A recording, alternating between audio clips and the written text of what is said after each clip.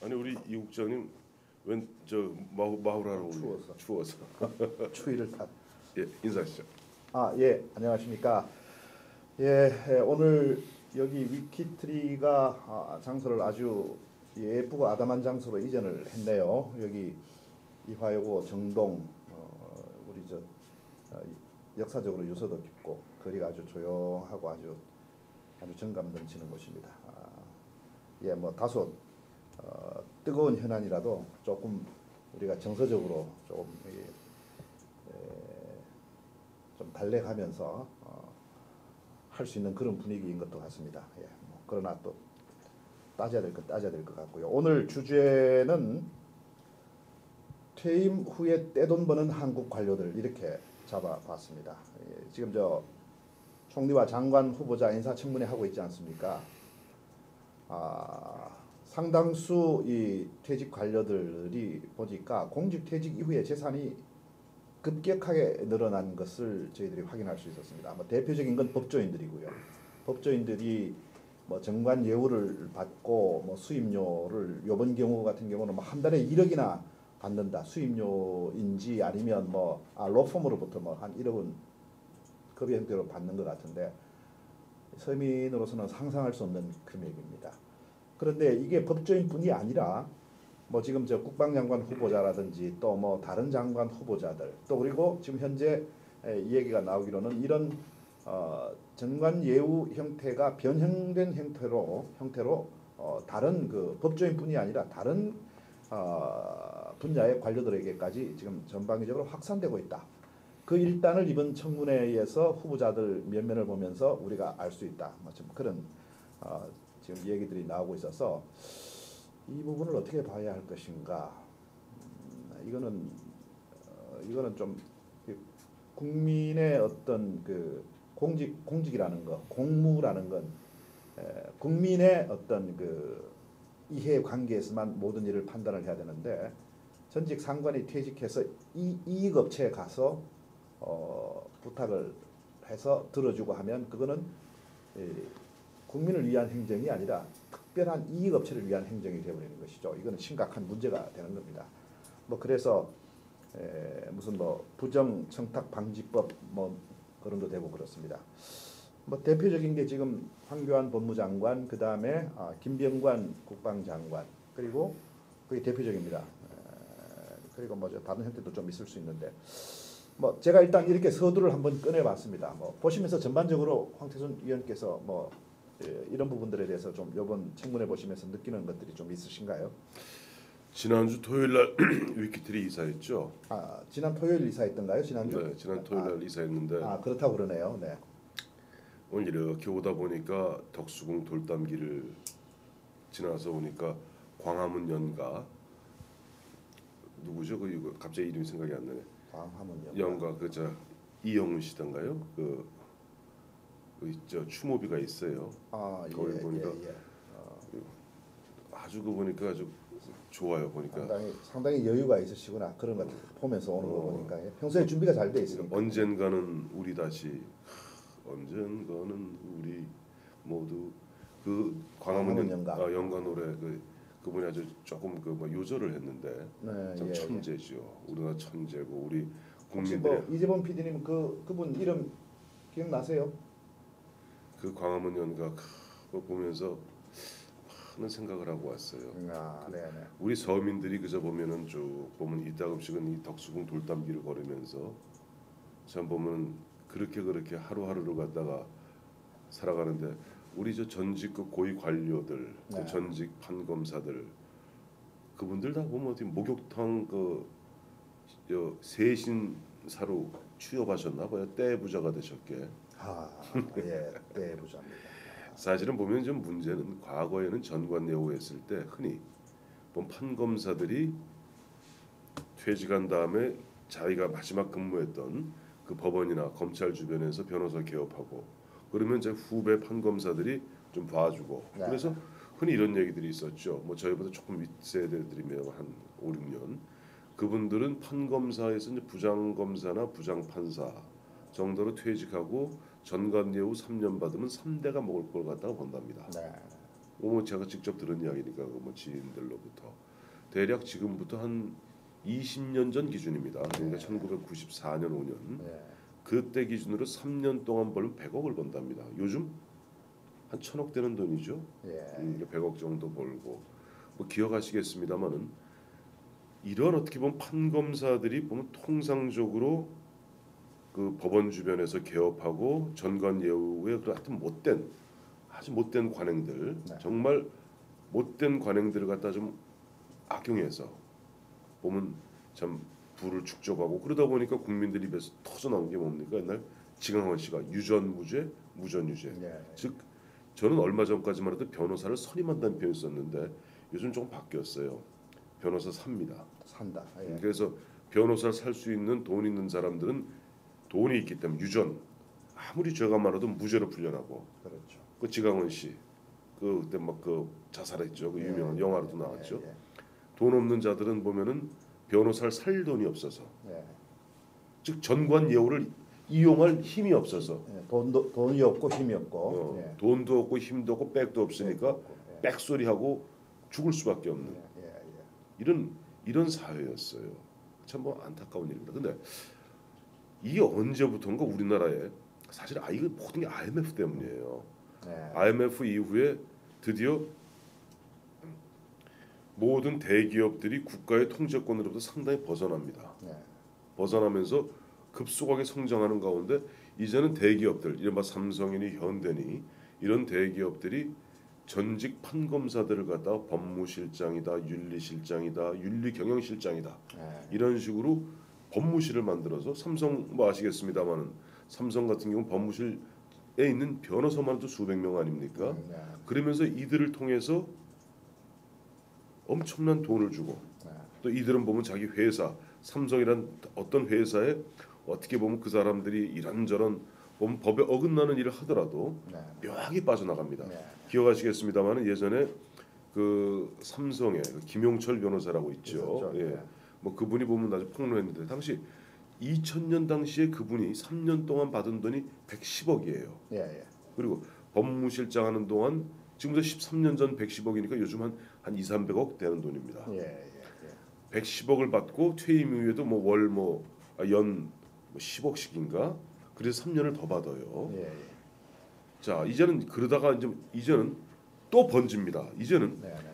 대형 로펌이라는 게 생겨요. 보면 뭐 6대 로펌이 있죠. 뭐 김앤장이니 화운이 태평양이니 이런 율촌이니 여기서 누굴 끌어대냐니까 이제는 전직 판검사들을 갖다 쓰는 게 아니라 전직 고위 관료 1급 이상 1, 2급 정도를 마친 특히 경제부처 네.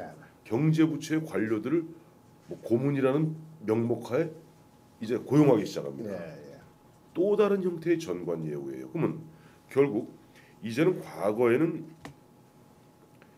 이 관이 민을 통제하는 가운데 관과 민 사이에 큰 이렇게 쟁송이 없었습니다. 네. 근데 이제 벗어나면서 이제는 대기업 집단이 오히려 보면 국가의 기관을 공권력을 갖다 능가하고 있거든요. 네.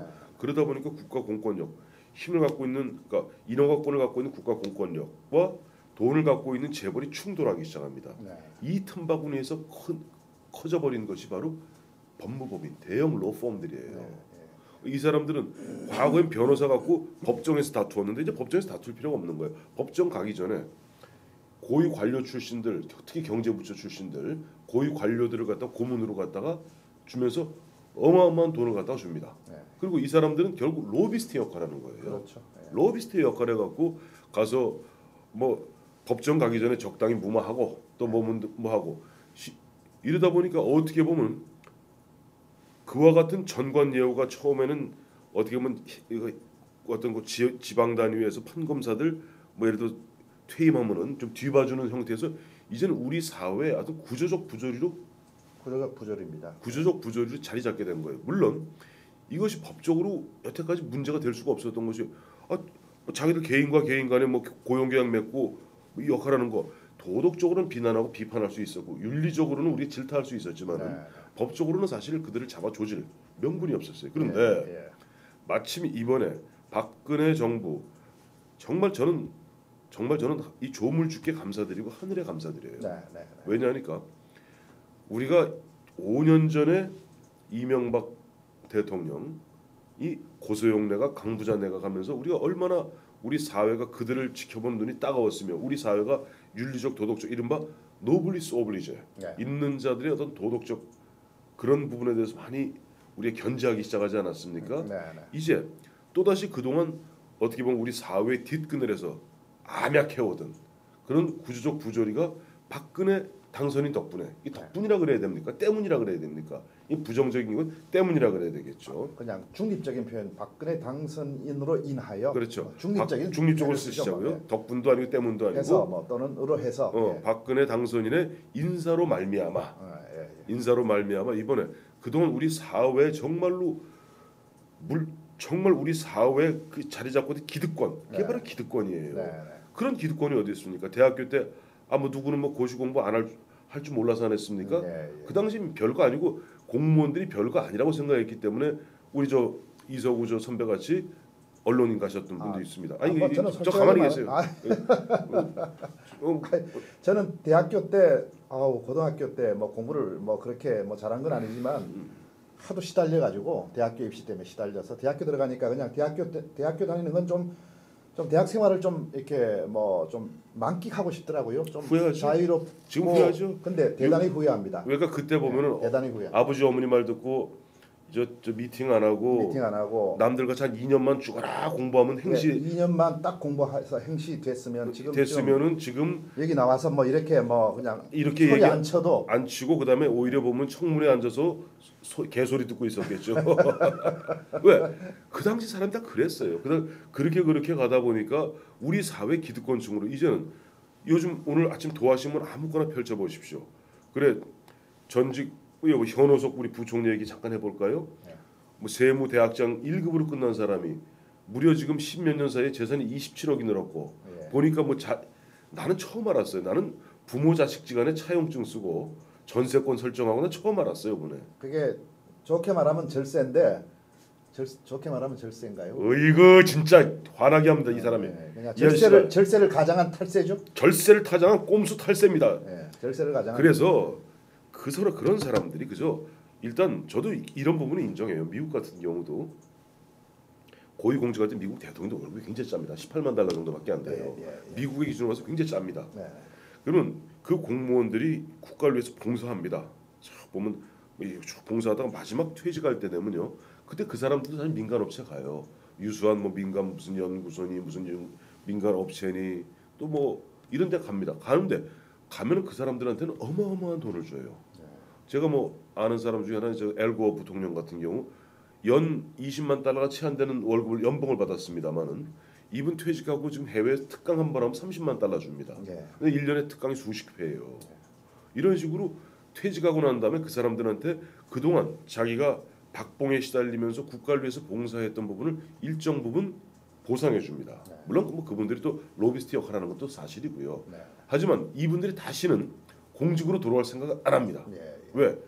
부와 명예와 권력을 동시에 질라 그러면 김병관 장관 후보자 같이 동티가 납니다. 네. 황교안 법무장관 왕같이 후보자처럼 동티가 납니다. 네. 그래서 그런 부분들에서 이번 기회에 차제 뭐 어쨌든 이번에는 뭐 어영부영해도 박근혜 당선인 박근혜 대통령이 싫어 난 이 사람 아니면 내가 국정운영 못 하겠어 임명하면 그만해요. 국무총리는 그렇죠. 예. 국무총리는 국회에서 총리는 임명 동의를 동의를 해야 되지만 장관은 인사청문회 하면 끝입니다. 네. 이제 같이 쓰면 그만인데 이번 기회에 뭐 박근혜 당선인이 지난번에 얘기했죠. 우리나라 저 인사청문회 제도가 뭐 신상털기식이니까 뭐 제도적으로 뭐 아무튼 보완이 필요하다. 맞습니다. 이번에 그런 제도적 보완뿐 아니라 사실상 사문화되어 있다시피 한 공직자윤리법이라든가 아까 말씀하셨던 부정방지법, 부정청탁금지법, 그러니까 김영란법이죠. 김영란법이죠. 김영란법 예. 이번 기회에 확실한 김영란법. 저는 그 강지원 이번에 대선 후보로 나왔던 네네. 강지원 변호사의 그 사모님인데 네네. 김영은 못 보니까 남편이 참 그 바른 자세예요. 남편이 대권 출마했으니까 이명박 대통령이 그 국민권익위원장 그만둘 필요 없다. 넌 그게 있어도 된다. 했음에도 불구하고 공직을 사퇴했고 그걸 어떻게 보면 들고 나는 분명한 자세를 보였죠. 네네. 그 김영란 그 저 변호사가 만든 법이 네. 바로 김영란법. 이름이 좀 길어요. 뭐 부패 청탁, 부정청탁 부정청탁 금지법. 금지법, 방지법 이거 반드시 이거 하고 이번 기회에 그래서 일단 공직자윤리법도 손봐서 네. 뭐 대형 로펌이라든가 특히 로펌이 문제예요. 지금 네. 말이 이제 로펌이 우리나라 로비스트의 선실입니다. 네, 네, 네. 온갖 음흉한 로비스트들이 오가면서 거기에서 이번 있는 자들의 기득권을 지키고 있어요. 네. 그렇다면 이번 기회에 대형 로펌이라든가 아니면 뭐 어느 일정 규모의 기업이라든가 네. 특히 뭐 군 관련 인사들은 네, 네. 저 뭐 해외 방산업체 간 사람은 다시는 공직에 들어올 수 없도록 바리케이트를 쳐야 됩니다. 네. 그래서 저는 일명 황태순 바리케이트법을 만들고 싶습니다. 네, 네. 저는 깜짝 제안합니다. 예. 무슨 바리케이트법이요? 황태순 황태순 바리케이트. 김영란법이 되지 황태순 바리케이트법. 바리케이트법을 그래서 제안한다. 일단 나가면은 못 들어오게 일단 우리 SNS 공간에 이제 저희들이 한번 제안을 했습니다. 제안을 했습니다. 저는 깜짝 놀란 게요. 윤병세 외교부 장관도 외교안보 수석을 그만두고 김현장 그러니까 말이에요. 저는 깜짝 놀랐습니다. 우리나라 최대 그 로펌이 예, 김현장이죠. 최대 로펌이 김현장. 김현장이 뭐 조금 과장해서 말하면 김현장에 손대면 안 되는 게 없다. 뭐 이런 얘기까지도 나온 적이 있는데 아니 어떻게 외교안보 수석 한 분이 김현장 고문 변호사로 갑니까?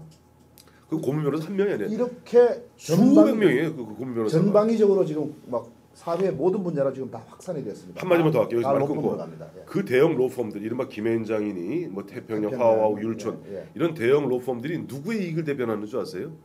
여러분? 우리 국민들의 인권을 보호해 줄 것 같아요? 절대 아닙니다. 천만에 말씀. 주로 보면 외국에서 우리나라 즉 외국의 대형 외국에서 외국 기업들이 우리나라하고 소송할 때 이다 국제 로펌 국제 변호 업무를 맞죠. 경우 예.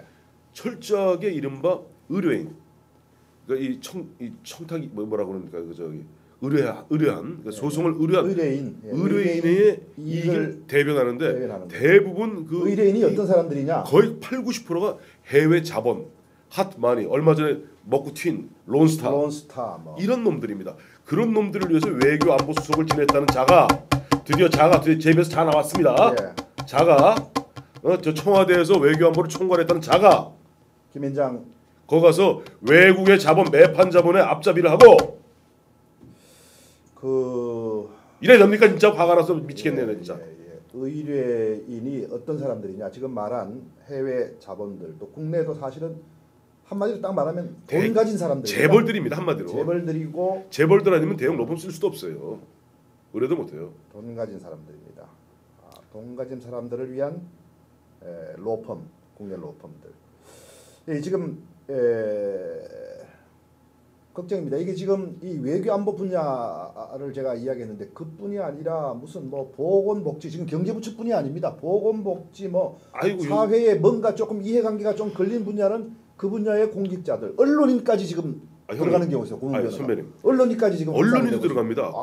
그걸 보면서 저는 도대체 어쩌자고 이러는 우리 사회에 보면 그리고 그 주축은 누구냐니까 제가 늘 말씀드리는 언터처블 파워인 판검사들이 주중이고 그 판검사들의 이른바 주구 앞잡이 노릇하는 게 관료들입니다. 전직 관료들. 전직 아까 말씀 정확히 예전에 경제 관료를 줄였는데 이제는 경제 관료, 환경부, 건설부 다 들어갑니다. 하여튼 이해관계가 조금이라도 걸리는 곳은 지금 전방위로 확산되어 버렸습니다. 아까 말씀하셨던 언론인까지 지금 들어가더라고요 보니까. 언론도잖아. 저도 언론인인데 저한테는 안 오더구만요. 이런 소리 하니까 올 리가 없죠. 물론 하여튼 실력이 안 돼서 그렇습니다. 근데 이건 실력의 문제가 아니라 우리 사회의 정의가 어디에 있느냐. 정의가 바로 서는 문제입니다. 이거 이래 가지고는 지금 변호사법 언제 황태순 위원이 사석에서 그런 이야기했죠. 변호사법이라는 게 우리나라만 있다. 선진국 중에서 제가 그 얘기 말씀드린 게 아니라 로비가 합법적으로 이루어지는 미국에는 로비스트법이 있어요. 그래서 워싱턴에마도 수만 개의 로비스트 회사가 있습니다. 그래서 이들은 로비스트 업체로 등록을 해요. 그리고 미국 IRS 국세청이라든지 미 의회로부터 철저하게 감시 감독을 받는 가운데 세금 낼 거 다 내고 로비를 합니다. 그래서 그럼 제대로 보면 국회의원을 그 의원이죠. 상원의원, 하원의원 상대로 로비하고 정부 부처를 상대로 로비합니다. 우리나라 변호사 법조인은 두 가지의 엄청난 특혜를 가지고 있는 겁니다. 그러니까 뭐냐면 자기들만 할 수 있는 것과 로비와 로비와 전관예우. 전관예우 두 가지를 복합적으로 누리고 있는 겁니다. 그러니까 세계 아마 이런 나라가 없어요. 없을걸요. 우리나라 없어요. 세계 없어요. 두 가지의 엄청난 그 권한을 복합적으로 지금 누리고 있습니다. 우리나라 안 그래도 2000년 초기에요. 노무현 정부 때 네. 김대중 노무현 정부 초기에 일부 좀 깨인 학자들을 중심으로 로비스트법을 만들자고 그랬어요. 왜냐니까 네. 저희가 제가 이제 우리 뭐 선배한테 뭐 좀 부탁해 청탁했잖아요. 예. 근데 이게 만약 공무원이면은 공무원이 청탁을 받고 업무 행사를 했으면 알아두십시오. 뇌물죄입니다. 뇌물죄죠. 또 공무원 민간인이 하면 뭐 알선수재입니다. 알선수재고 변호사법 위반. 그 다음에 네. 우리끼리 하면은 우리끼리 하면 변호사법 위반이에요. 변호사법 위반. 그러니까 뒤집어야 변호사만이 로비할 수 있다는 로비할 거예요. 수 있다는 것. 이거는 이것도 거기다 전관예우까지 겸하고 이런 있고 독점적인 권한을 한 가지도 아니고 한 가지만 해도 이건 문제가 심각한 건데 두 가지입니다. 때려 두 엎어야 가지는 돼요. 때려 엎어야 돼요. 이거는 아니죠. 거기다 지금 내가 한 가지 흥분한 김에 말씀 더 드리자면 국회의원은 여기 오세훈이라는 자 있죠. 네. 그 변호사 출신의 얼굴 멀거네. 그 친구가 보면 2004년 국회의원 그만두면서 정치자금법을 개정해서 오세훈법이라는 걸 만들었어요. 네, 그래서 그렇죠. 지금 국회의원들 변호사 아니고 재벌 아니면 거지밖에 없습니다. 야당 의원들 상당히 거지고 현실적으로 거지예요. 예. 아니면 변호사들은 다 고문 변호사 맞습니다. 업체들의 고문 변호사 한 업체 맡을 때마다 300에서 500이에요. 예. 그 10개 맡으면 월 그냥 아무것도 안 하고 5천 들어와요. 우리나라는 이 법조인의 나라입니다. 이게 어떻게 보면 그러니까 국회의원 정치는 정몽준 씨 같은 부자 아니면 변호사밖에 못하게 돼 있는 이런 구조를 만들어낸 게 오세훈이라는 자입니다. 네. 제가 또 자 한번 또 나왔습니다. 근데 그때는 뭐 신선하다라고 했는데 뜯어보니까 역시 법조인의 아주 자기들의 독점적 기득권 지키기에 불과했던 거예요. 철저한 그런 것들입니다.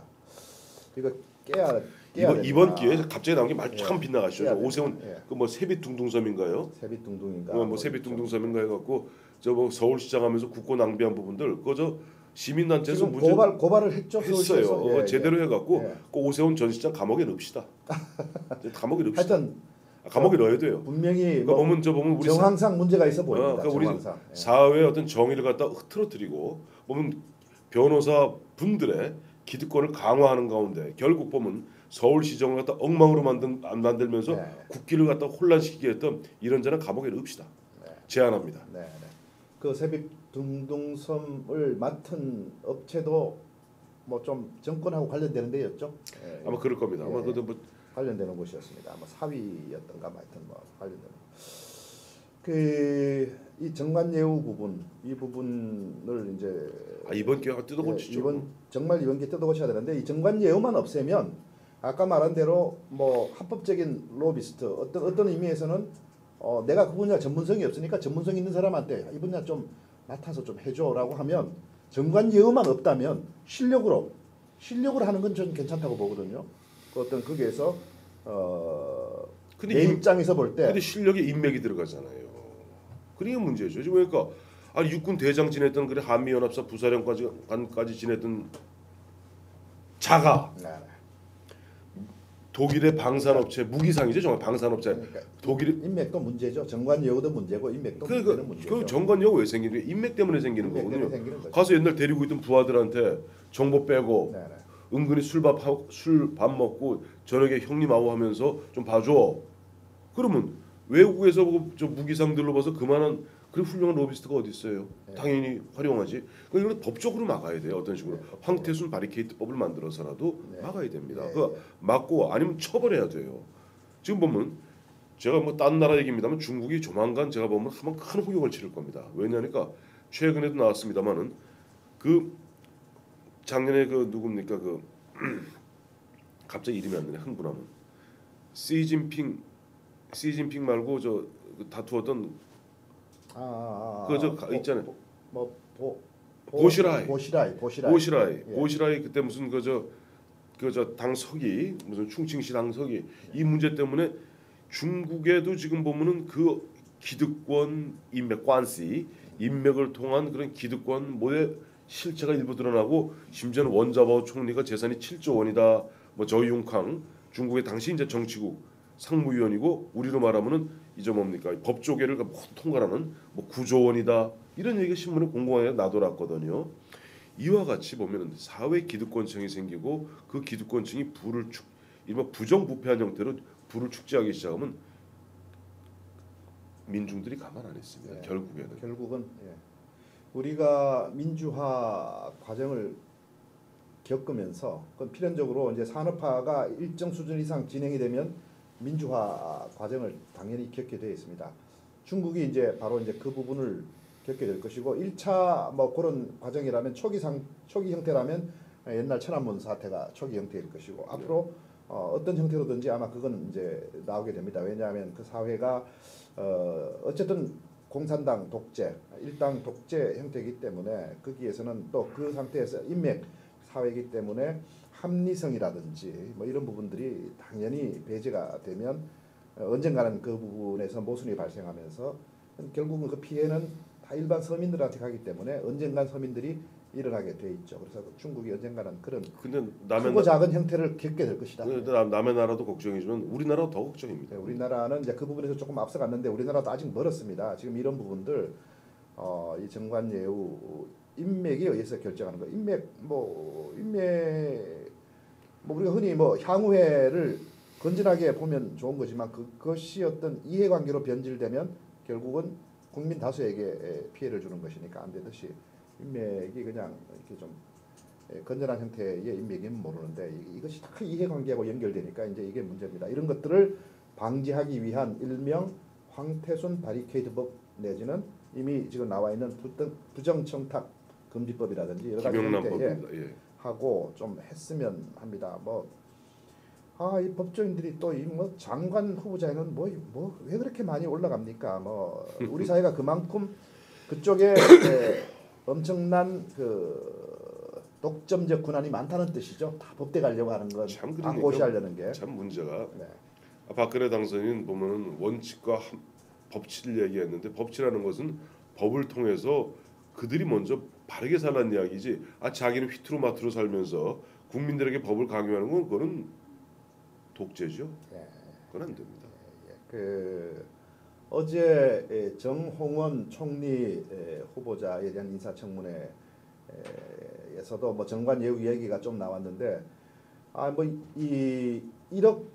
1억 하니까 정홍원 후보자가 받은 한 3천만 원 가까이 되는 돈은 상대적으로 적어 보이고 그래서 그냥 그 정도는 법조계나 변호사 업계 관행으로 볼 때는 그렇게 문제되는 금액이 아니다, 큰 금액이 아니다 이렇게 얘기를 하는데 사실은 일반인들 입장에서 볼 때 3천만 원, 월 3천만 원? 아니 얼마 전에 국회의원 연봉이 1억 2천 된다고 얼마나 진짜 사회에서 질타하고 조졌습니까? 네. 국회의원이 그래 연봉 1억 2천 받는 거는 그래 죽을 지경이고 그래 보면 전관예우 받아서 변호사 하는 참 입이 나올라 변호사가 변호사들이 그래 월 1억 받는 거는 그래 참 유구무원이란 말이 여기서 맞는 것 같아요. 그래서 이런 사회에서 자꾸만 보면 저는 다 우리 선배 아시겠지만은 이제 중도 보수로 알려져 있는 사람 아닙니까? 제가 그런데도 자꾸만 저는 개인적으로 노무현의 그 외침이 생각이 나요. 보면 특권과 특혜가 득세하고 기회주의가 승하고 정의가 패배했던 시대 이런 얘기를 갖다가 자꾸만 사람이 되뇌이게 되는 겁니다. 정의롭게 살려는 자는 결국 정의를 구현할 방법을 찾지를 못해서 결국은 묻히게 되고 그리고 어떻게 보면 특권과 특혜 속에서 보면 온갖 정보를 이용해서 나는 무슨 수로 그런 보면은 재개발 지역 재산을 갖다 남들은 그 나이 되면은 퇴직하고 까먹기 바쁜데 이 사람들은 1년에 2억 3억씩 재산이 늘어나니 그걸 참 무슨 수로 설명하겠으며 또 최소한 공직자들 우리나라 예전에 아까 우리 70년대만 해도 공무원들이 월급이 작았던 건 사실이에요. 근데 그것도 사실 일반직 하위직 공무원들 얘기지 고위직 공무원들요 실국장 이상들 평생 먹고 살고 다 챙겼습니다. 평생 다. 월급으로만 생긴 건 아니고요. 다 부정한 방법으로 생긴 거죠. 이리저리 다 생깁니다. 그래 다 생겼어요. 다 생겼고 지금 많이 없어졌다고 하지만 수법만 변형이 됐고 교묘한 방법이 됐지 지금도 상당수가 있는 것으로 보입니다. 지금 당장 여기 사례들에서 나타나지 않습니까? 지금 벌써 이런 사회 이런 것이 지금 보면은 드러난 것만 해도 제가 얼마나 인사청문회 제도를 갖다가 더 활성화하고 더 강화해야 될지 네, 네. 이런 것이 이제 명명백백하게 드러나는 대목이라 할 수 있어요. 네, 네. 공무원들 지금 보면은요, 우리나라에서 우리 이 네티즌 여러분들 요즘 대학 졸업하고 제일 하고 싶어하는 건 뭡니까? 공무원들 아니에요?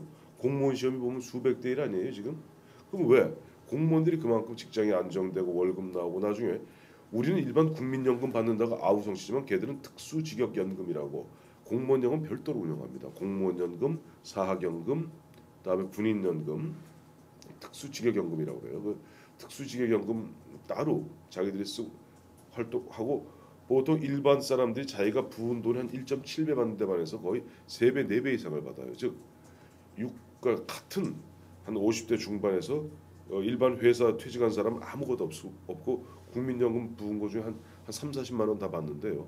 특수직역연금이었던 뭐 군인연금이나 그다음에 공무원연금 그거 조정을 해야 되는 게요. 예, 그거 하면요. 예, 예. 지금 한 55세 한 저 국가장에서 퇴직하면 월 한 320 정도 나옵니다. 300 전후죠. 300 전후 나와요. 300 가까이.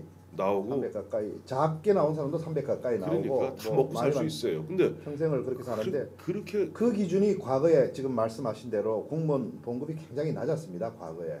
그때 만들어 놓은 기준인데 공무원 봉급 수준이 거의 현실화됐지 않습니까? 더 많죠. 그러니까 이제 일반보다. 엄청나게 지금 퇴직금도 나중에 공무원 연금 퇴직 후에 받는 연금이 엄청나게 지금 높아졌습니다. 아니 뭐 높아진 게 문제라는 뜻은 아닌데 좀 이 형평성이 있어야죠. 다른 사회 다른 분야와 형평성이 있어야 된다는 이야기인데. 이거 그 당시 그래서 공무원 정부에서 공무원들 월급 높일 때 그래야지 공무원의 부정부패가 사라지고 뭐 어쩌고 저쩌고 그 하나도 안 지켜주고 월급만 올라갔어요. 월급만 결과적으로 따지니까 그리고 그런 면들이 지금 있어 보이네요. 최근에 보면은 이동업 재판관 때 기억나시죠? 특정 업무 경비라는 거 네. 그런 것이요.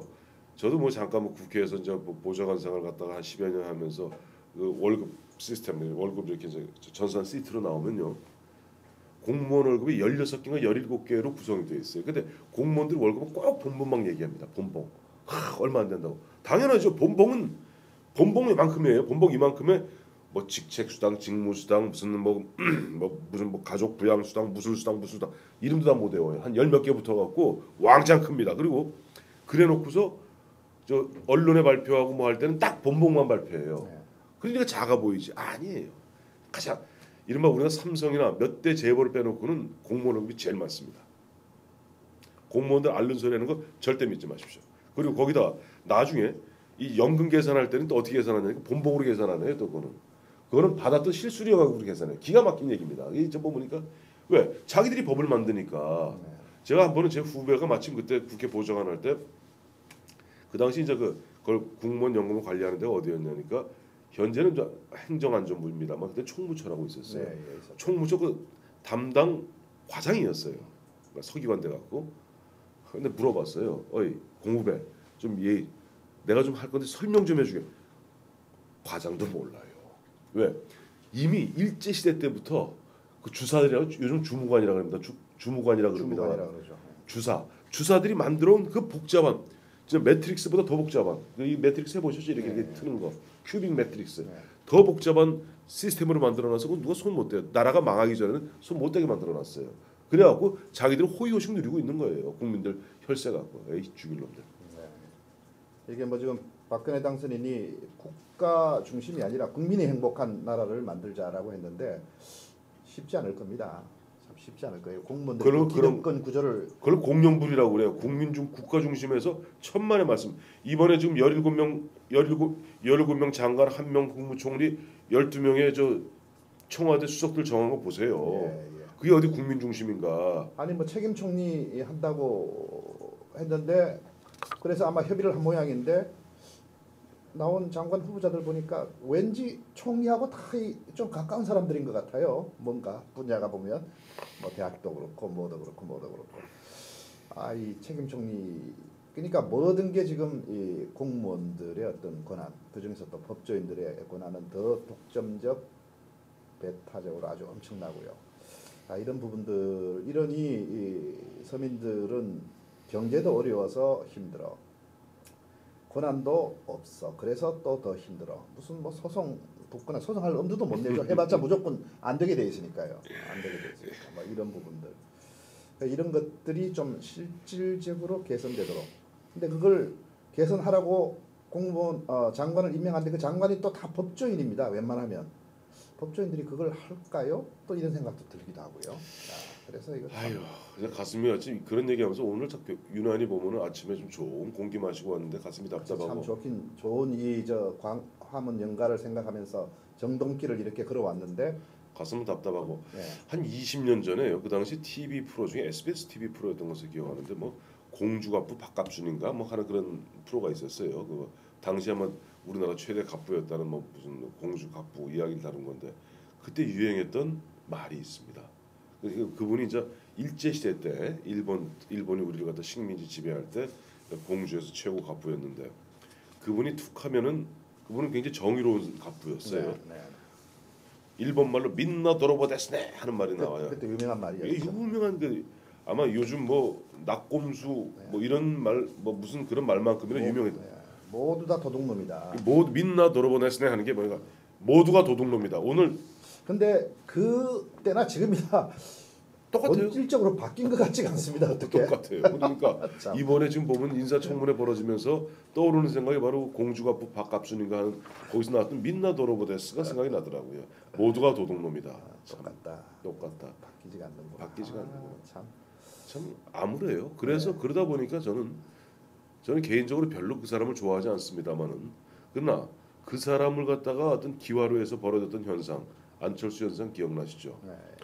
물론 그 사람은 제가 이렇게 나중에 정치에서 들어와서 한 모습을 보니까 과연 그 사람이 그런 안철수 바람을 갖다가 이끌어 나갈 만한 뭐 그런 최소한 도덕적인 자질과 도덕적인 기준 자격을 갖추었는지 의심. 국정 운영 능력도 좀 사실은 좀 검증이 안 됐죠. 뭐 안 그런 됐지. 부분은 있긴 있지만 그러나 국민들이 국민들의 지금 바라는 터졌던 울분이 바로 안철수를 통해서 터졌다는 나온 부분에서 것이죠. 예. 일시 그것이 안철수 바람이 사라지거나 없어진 게 아닙니다. 저는 네. 이런 상태로 지금 이런 깜깜이 인사, 이런 민나 도로버데스네 인사, 이런 인사하면서 또 보면 우리의 사회 그동안 보면은 있는 자들에 의해서 슬쩍 포장돼서 감추어져 있던 그런 어떤 뭐 사회 기득권층들의 탐욕, 이 탐욕이지 않습니까? 탐욕이란 같이 살 생각이 잘 없는 것 같습니다. 있는 탐욕이에요. 사람일수록 정말 탐욕스러움. 이 탐욕에 나보다 못한 사람은 어떻게 사는지 난 관심도 없고 그거는 네가 못나니까 필요 없고 그래, 넌 나만 못났으니까. 더 계속 올려야 된다는 이런 의식을 가지고 있는 사람들이 꽤 있는 것 같은데 그러면 그게 사회가 그 유지가 될까요? 저는 사회 유지 안 됩니다, 그러면. 저는 안 된다고 봅니다. 사회 결국 유지 안 됩니다. 결국 저는 보면 어떠한 형태로든지 쪼개지고 무너지고 흩어지고 네, 그러니까 결국은 건강한 사라지고 보수, 건전한 보수 사회라는 건 바로 그런 부분에까지도 내가 비용을 지불해야 되고 그건 양심적으로도 그렇고 해야 되는데 그런 비용 일체 지불 안 하려고 하지 않습니까? 더 어쨌든 편법으로 더 가져가려고 그러는 것이니까. 얼마 전에 제가 남산 여러분도 기회가 되시면 남산 한번 가보세요. 남산 이렇게 케이블카 타고 7,000원인가 되는데 왕복 케이블카 타고 올라가서 가면 그 봉화대가 있습니다. 그 봉화대에서 바라보면은 서울 시내 남산 아래부터 저 청와대 북악산까지 쫙 보이는데 이 좌우 왼쪽으로는 거의 인천까지 보이고 오른쪽으로는 저쪽 저 어디입니까? 뭐 청량리까지 다 보여요. 문득 제가 날 맑은 날 올라가서 보면서 한번 대충 빌딩 수를 한번 세봤어요. 네. 그러니까 이게 서울 시내는 빌딩 몇 개나 될까? 세다 정도에 포기했습니다. 그러니까 빌딩 하나 평균 한 100억씩 잡아도 10개, 100개. 그러면서 저거는 저 빌딩들 100억, 200억도 심지어 큰 빌딩은 뭐 수조 원 되는 빌딩도 있지 않습니까? 수천억. 수조 원입니다. 수조원 빌딩 하나 수조원짜리도 있을까요? 있어요, 이게 있어요. 예. 대표적인 저 강남에 있는 그 스타 빌딩. 타워 팰리스라든지 뭐 아니 타워 팰리스가 아니라 저 아이파크 말고 아이파크 말고. 그건 사람이 사는데 하는데 말고. 말고 그러니까 일반 빌딩, 사무실 빌딩 빌딩. 중에서, 예, 이게 조 단위가 있습니다. 근데 63 빌딩이나 뭐 아니면 이쪽에 강남에 있죠. 무역회관 뭐 그래도 됩니다. 빌딩이나 뭐 그런 것들. 그런데 예. 수백 수천억짜리 빌딩이 얼뜻 눈을 보기 1,000개, 수천 개도 넘어요. 그럼 저거 누가 갖고 있을까? 저 빌딩의 주인은 누굴까? 바로 저 빌딩의 주인들이 바로 우리 사회 기득권층이고 0.1%고 그 사람들이 주로 활용하는 변호사들이 바로 로펌이고 대형 로펌이고 예. 또 그들하고 맨날 술 먹고 밥 먹고 말이지 형님 아우 하면서 어떻게 보면 우리 사회의 0.1%의 1%도 아니에요. 0.1%의 커넥션 맺는 자들이 고유 관료들이고 네. 거기에서 기생하면서 어떻게 보면 국민의 이익보다는 자기 개인의 영달에 개인의 치부에 더 신경 썼던 자들이 오늘날 지금 오늘 아침 신문에 인사청문회 곧 오를 그분들입니다. 예, 예. 뭐 우리가 학문을 볼 때 경제학과 경영학이 있는데 아마 기업의 어떤 그 존재 목적과 영위 목적은 이윤 추구에 있다 이제 이렇게 이야기를 하는데 그러다 보면 이익의 극대화거든요.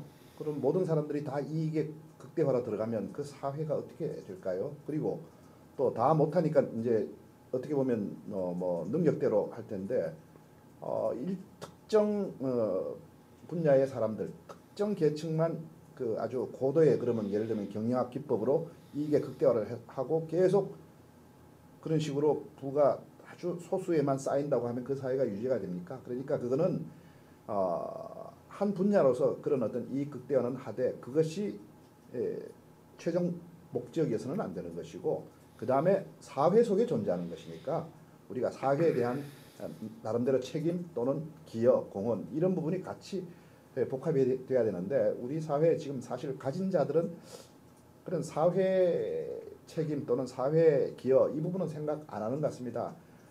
실컷 어쩌다가 재수 없었어 그 사람들이 재수 없어서 언론한테 두들겨 맞으면 할 수 없이 돈 조금 내놓고 저도 이거 좀 했습니다라고 하는데 아닌 것 같거든요. 그런 부분들. 특히 이제 문제가 되는 건 공직자들은 어쨌든 공직에 있을 때 지득한 그런 관계라든가 그런 어떻게 보면 국정 운영의 기밀이죠. 네. 기밀을 갖고 사실 팔아먹는 거거든요. 그렇죠. 그리고 다시 거기서 팔아먹고 다시 돌아와서 로비스트 역할을 하고 또 그 사람들이 뭐 천년만년 장관할 수 있는 거 아니잖아요. 정의화 의원이 얘기 잘했어요. 오랜만에 바른 말을 아주 시원한 말을 했더군요.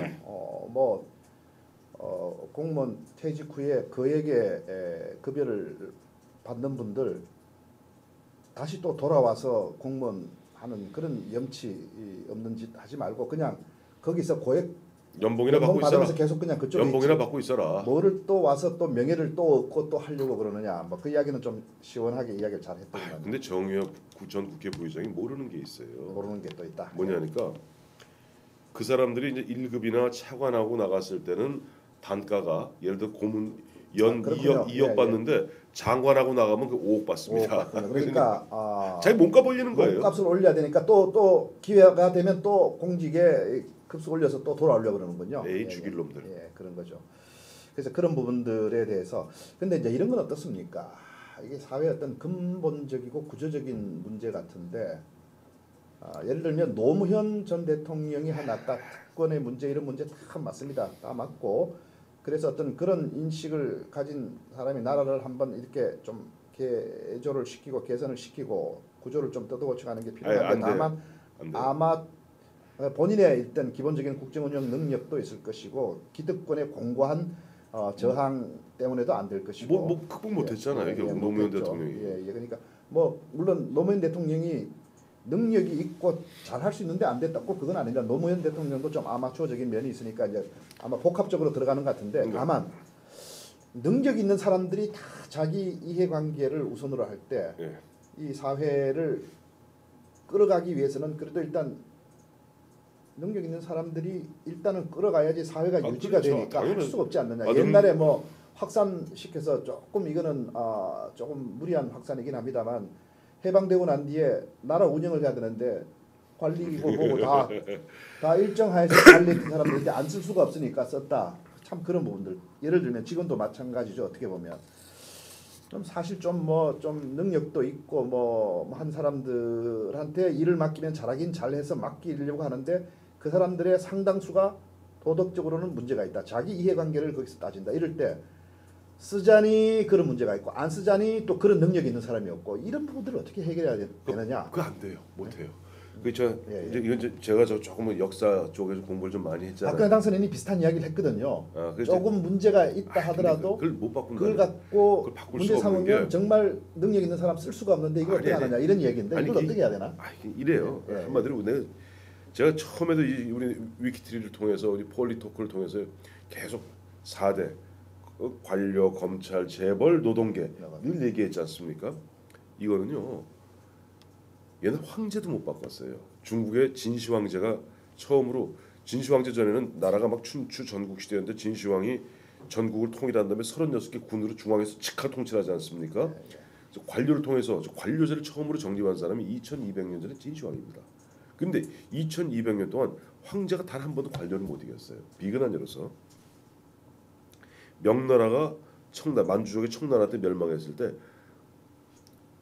99%의 관료들이 바로 새로운 지도자, 새로운 주인인 그 청나라 8기군 중심의 홍타지라고 그래요. 홍타지. 네, 네. 그래서 그 누르하치의 아들이 홍타지인데 충성맹세하고 또 관료 생활합니다. 머리 다 변발하고 뭐 변발 아시죠? 이렇게 중국 이렇게 머리 여기까지 깎고 뒤에 이렇게 꼬랑지 내리는 거.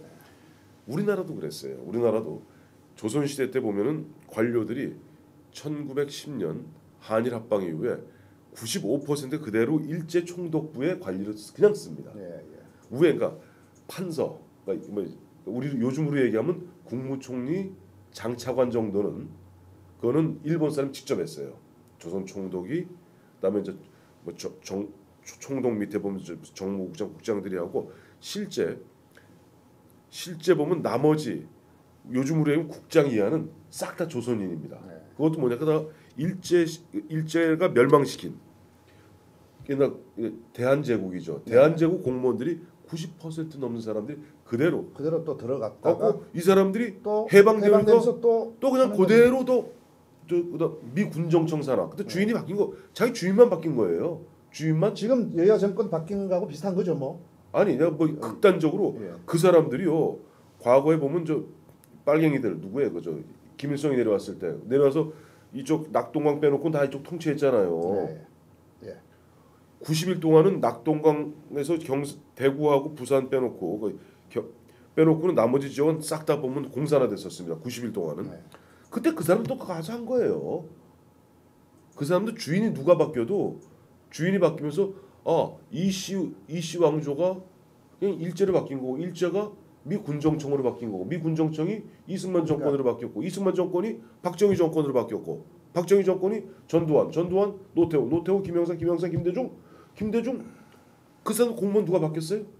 오히려 보면은 공무원들이 가장 피받던 시절은 전두환 시절입니다. 전두환 초기에 전두환 대통령이 사정의 미명하에 공무원들 1급 이상 공무원들 상당수를 잘라버렸거든요. 결국 방법은 어쨌든 장차관들이 정말 이 우리 사회의 구조적인 문제점들을 개혁할 수 있고 그런 마인드를 가진 사람들을 일단 안 해서 된다니까요. 그런 사람들을 해서 그럼 그나마 조금이라도 아니, 그래도 그럼 그럼 어떻게 해야 될까요? 그럼 방법이 없어요. 방법이 없다. 방법 딱 하나 있어요. 뭐예요? 계속 이런 거 인사청문회 제도로 갔다가 미국 같은 경우는 지금 우리는 장관만 인사청문회 하죠.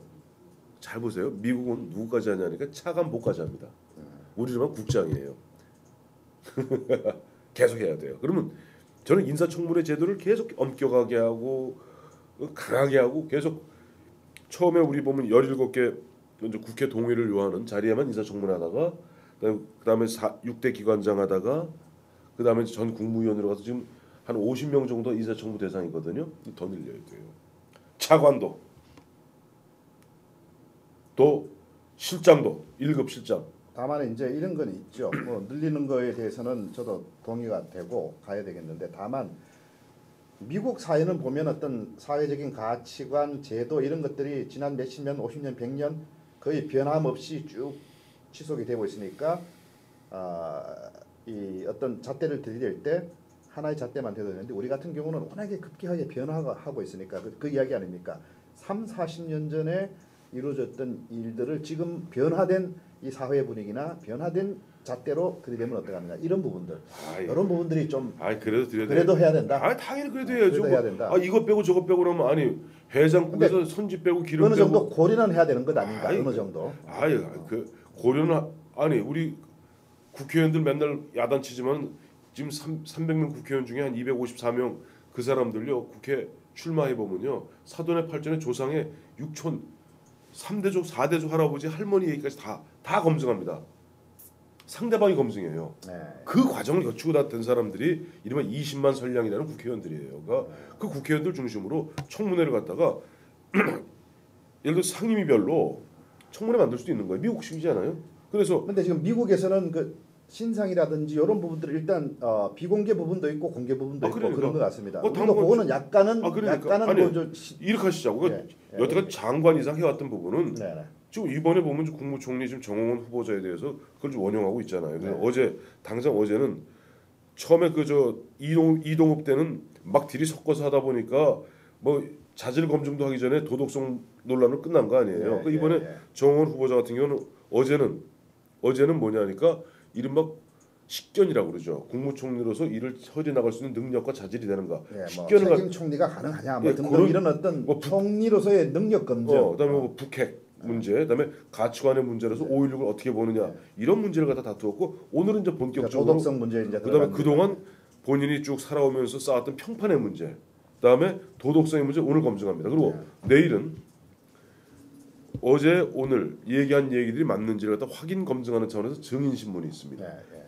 좋아요. 저는 이 정도는 좋아요. 근데 장관까지 이렇게 하자고. 근데 차관이나 뭐 1급까지 늘린다면은 군대로 얘기하면 완스타부터 따지는 거예요. 그거는 비공개할 부분 비공개하자고요. 그거는 비공개할 부분 하자. 비공개 부분하고 그다음에 공개된 부분은 공개된 대로 하고 그런 식으로 해갖고 예를 들어서 그 청문회를 갖다가 뭐 미국 예를 처음 들어서 그렇습니다만 미국 의회 일에 대부분이 청문하다가 다 끝나요. 청문. 그 청문을 통해서 정책을 갖다가 계속 가다듬는 과정이거든요. 그러면 실제 보면 우리나라에서 실제 정책을 갖다가 기한하고 그걸 갖다 집행하는 사람이 장관이냐 아니잖아요. 1급 차관이란 말이에요. 미국으로 말하면 차관보. 그러면 그런 사람들에 대해서도 도덕 검증도 하고 자질 검증도 하고 능력 검증도 하고 그거 갖다가 자꾸만 늘려나가야 돼요. 청문회하고 장차관은 뭐 신상이든 뭐든 간에 전부 공개를 하자. 그건 다 공개를 하자. 모든 걸 현재 정호원식 정도대로 하자는 거죠. 그리고 그 정도로 하자. 그 정도는 해야 돼요. 여태까지 해왔다고 왜 갑자기 박근혜 당선인의 새누리당 전신의 한나라당이 2000년에 만들고 강하게 썼죠 그때. 그다음에 2005년에 현재까지 전 국무위원회도 늘린 게 바로 박근혜 대표입니다. 당시에 주장해서 만든 게 야당이었죠 둘 다. 내가 다 그렇게 13년 동안 운영한 다음에 갑자기 내가 잡으니까 안 된다?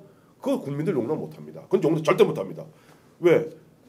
옛날 제가 제일 화나는 게 김영삼. 다만 저는 아까도 말씀드린 대로 3, 40년 전에 어떤 사회 상황, 사회 분위기, 그 당시에 우리 보편적인 정서 그러니까 이것이 오늘날하고 달라진 부분이 있습니다. 이거는 어느 정도는 고려해야 된다고. 저는 그건 하나. 그것 때문에 떨어진 사람은 없어요. 아마 그것 때문에 떨어진 사람은 없어요. 우리 예를 들어서 그것이 가세되니까 카틀 안에서 왔다 갔다 하다가 떨어질 수는 있죠. 우리 참고로 저도 마찬가지고 우리 이소국 국장도 마찬가지고 다 보면 다운 계약서 쓴 사람들입니다. 알게 모르게. 왜냐하니까 과거에는 100% 다운 계약서를 쓸 수밖에 없는 그런. 그게 다운 계약서인지 뭔지도 몰랐어요 그때는. 당연히 거래하면은 부동산 써주면 써주는 대로 가지고 갑니다 그냥. 그러니까 그건 왜까 우리가 돈은 예를 들어서 뭐 집 한 채 그 당시 보면 한 뭐 7,500에 샀는데 그러면 그 7,500에 사고 가면 먼저 세금을 내야 되니까 이제 뭐 쓰면은 뭐 그때 보니까 그 부동산에 써주는 게 보니까 뭐 기준시가 뭐 그런 게 있어요. 그럼 써주면 써준다서 냈죠. 다 다운 계약서 쓴 거예요. 그러니까 그런 부분에 대해서는 사실 그런 문제하고 떨어진 사람은 없어요. 지금 보면 잘 보세요. 문제가 되는 뭐 그런 것은 좀 흔히 우리 애교로 봐줄 수 있는 그런 조금 일들이지만 결정적으로 떨어진 부분들은 우리 애교로 봐줄 수 없는 부분들이었습니다. 잘 기억해 보십시오. 그럼 예를 들어서 지금 보면 이동욱 씨 같은 경우 자기가 뭐 특정 업무 경비 개인 통장에 넣고 쓴 것이 다 관행이다. No.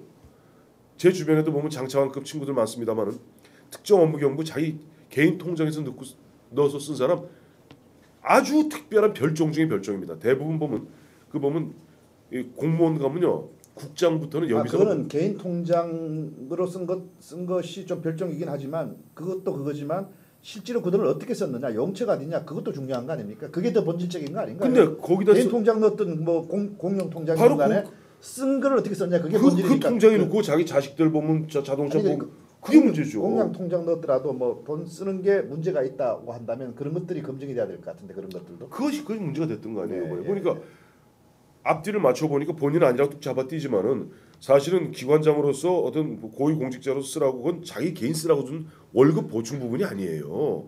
월급 보존 부분이 아니라 그거는 월급 외에 그 기관을 갖다 운영하면서 쓰는 재판을 갖다 원활하게 진행하기 위해서 쓰라는 그 돈이었습니다.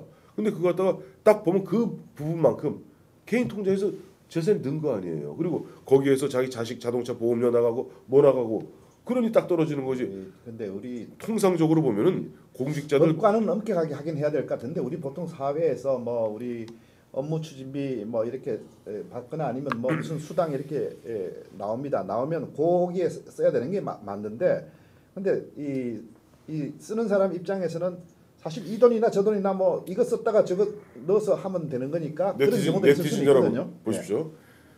저같이 이 벼슬자리에 관심 없는 사람은 이렇게 엄하게 얘기하고 우리 이성우 국장님 같이 뭔가 좀 기대하는 분들은 뭔가 좀 보면 쿰쿰해 똑같거든. 아니 그런 측면이 아니고요. 취재 수당을 가령 우리가 기자들이 받았다. 그건 오로지 취재만 써야 되거든요. 근데 그걸 한 달에 20만 원 받았다 그러면 20만 원 어쨌든 취재에 쓰면 되는 거니까 거기에 곧 들어온 통장 거기에다 탁 넣어놓고 꼭 나간 게 거기 취재 맞느냐 이렇게 생각 안 하거든요. 일반적으로.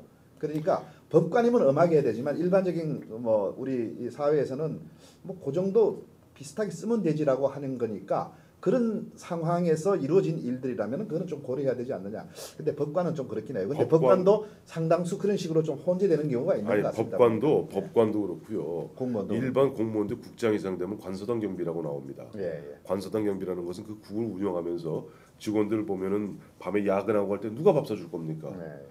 그런 부분들 갖다 쓰라고 관서당 경비 내지는 특수 업무 경비가 특정 업무 경비가 나오는 거예요. 그런 경우는 통상적으로 어떻게 하냐 그 국의 실비를 쓰기 때문에 그걸 개인이 쓰지 않습니다.